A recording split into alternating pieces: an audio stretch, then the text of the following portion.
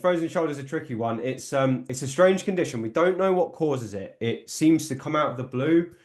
It affects 3% of the population. It's more common in women, unfortunately. So most of the patients that I've treated with frozen shoulder are women, and it tends to follow a very distinct path. It has three different stages. The first stage is where the person starts to feel this intense pain in their arm. It's usually just below the shoulder, actually, where I am now.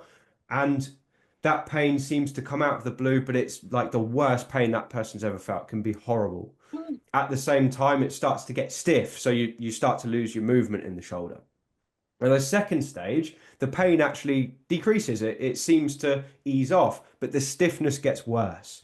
And that's what gives the frozen shoulder its name. Because if you meet someone who's got a true frozen shoulder, they can often not even move their arm away from their side. It's completely stuck.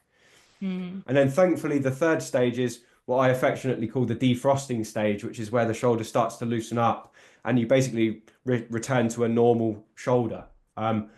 The bad news is that whole process can take a very, very long time, sometimes 2 to 4 years. All right. So a really, really slow and sometimes painful condition. The good news is it does always get better eventually. You just often have to be very patient.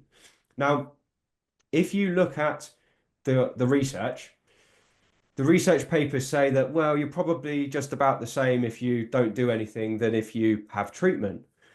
But I would disagree. I think that the people who have treatment, the people who do lots of exercises to keep that shoulder as mobile as possible, do tend to get better quicker than those who don't. And in my practice, I've treated 4 women in the last couple of years with very severe frozen shoulder, and they've all got better within a year, which is actually quicker than the average. And I think, not to take credit for it, but I do think that treatment does speed it up. All right.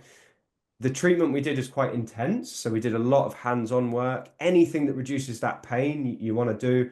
And then once the pain has come down a bit, you want to do so much work to get it moving. So I often Hmm. get people walking their hands up the wall like this, or clinging onto the edge of a door and just easing into a stretch for the shoulder and just doing it over and over and over, almost ad nauseum.